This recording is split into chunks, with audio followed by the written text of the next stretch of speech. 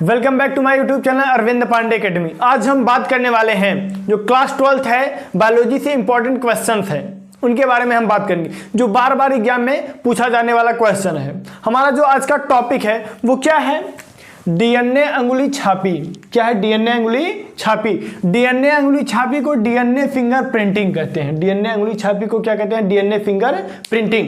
हम बात करने वाले हैं कि जो डीएनए फिंगर प्रिंटिंग होता है वो होता क्या है, इसका खोज कौन किया, इसका प्रयोग कहाँ पर किया जाता है, उन सभी के बारे में हम बात करेंगे। ठीक, तो उससे पहले यदि आप लोग चैनल पर नए हैं तो चैनल को सब्सक्राइब कर लीजिए और बेल आइकन को प्रेस जरूर कर लीजिएगा ताकि जो भी वीडियो अपलोड हो उसका सबसे पहले नोटिफिकेशन आप लोगों तक जरूर पहुंचे। तो चलिए बिना देरी के शुरुआत करते हैं। डीएनए अंगुली छापी, ध्यान से समझिएगा। अलग अलग मानव के डीएनए के न्यूक्लियोटाइड क्रम की, डीएनए का जो न्यूक्लियोटाइड क्रम होता है उसके क्रम की तुलना करके उनके बीच संबंध के अध्ययन की प्रक्रिया को डीएनए अंगुली छापी कहते हैं। जैसे जो मानव होते हैं, जैसे हम आप हो गए, ठीक, यानी हम आप हैं। अब हम आपका जो डीएनए है उसका जो अनुक्रम है, उसका जो न्यूक्लियोटाइड है, ठीक, यानी एडेनिन, थाइमिन, ग्वानिन, साइटोसिन, जो इसका नाइट्रोजनी क्षार है, जो 5 इंकाइन से 3 इंकाइन के बीच इनकी जो संरचना होती है, उन सभी का अध्ययन करना जो हुई कहलाता, क्या कहलाता है? हमारा डीएनए फिंगर प्रिंटिंग या डीएनए अंगुली छापी। इन सभी का अध्ययन ही कहलाता है डीएनए फिंगर प्रिंटिंग या डीएनए अंगुली छापी। एक परिभाषा इसकी और है क्या, कि जो डीएनए फिंगर प्रिंटिंग होता है उससे क्या होता है, मानवों में, जीवों में उनके विभिन्नता का पता लगाया जाता है। कहने का मतलब किसके अंदर क्या अलग है, क्या समानता है, क्या असमानता है, उन सभी का जो प्रयोग किसके माध्यम से हो जाता है, इसका पता किसके माध्यम से लगाया जाता है? डीएनए फिंगर प्रिंटिंग के माध्यम से।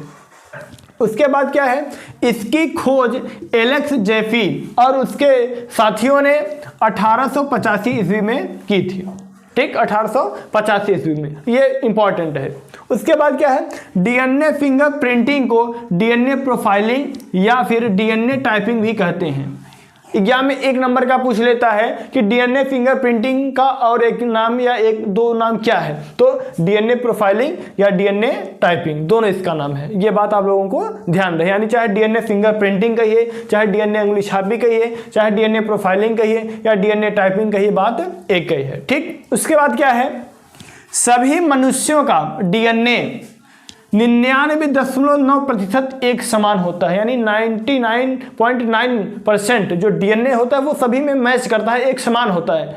लेकिन क्या है, किंतु 0.1% जो डीएनए होता है वो असमान होता है। कहने का मतलब है जितने मनुष्य हैं उन सभी का जो डीएनए होता है वो लगभग 99.9% समान होता है और 0.1% जो डीएनए होता है वो क्या होता है? असमान। अब कुछ लोग बोलते हैं कैसे सबका समान या असमान रहता है, तो भैया देखिए, सभी मनुष्यों में उनका जो शारीरिक आकार है, यानी सभी में 2 कान है, आंख है, नाक है, बाल है, हाथ है, पैर है, किडनी है, त्वचा है, ठीक, ये सभी में पाया जाता है, तो 99.9% के कारण समान होता है। लेकिन 0.1% के कारण किसी का बड़ा, किसी का छोटा, आंख, कान, नाक ये होता है, और इससे ये पता भी चल जाता है कि हाँ ये फलाने का है कि ढेकाने का है। ठीक है, तो चलिए आगे अब हम बात करेंगे कि इसकी उपयोगिता क्या है। उससे पहले आप लोग इसका स्क्रीनशॉट ले लीजिए। चलिए अब हम इसके उपयोग देख लेते हैं कि जो डीएनए फिंगर प्रिंटिंग होता है इसका उपयोग कहाँ कहाँ किया जाता है। इसमें पहला सा है, यानी इसका जो उपयोग है निम्नलिखित है। इसमें पहला क्या है, खोए हुए बच्चे की, यानी कोई बच्चा खो चुका है, उसके बच्चे जो हैं उसके माता पिता की पहचान भी इस विधि द्वारा की जाती है। कहने का मतलब कोई बच्चा खो चुका है तो डीएनए फिंगर प्रिंटिंग का प्रयोग करके उसके माता पिता को भी खोजा जा सकता है। ठीक, या फिर कोई माता पिता है उनका जो बच्चा है वो खो चुका है तो इस विधि के द्वारा उनके बच्चे को भी खोजा जा सकता है। उसके बाद क्या है, इसके द्वारा अपराधियों की पहचान की जा सकती है।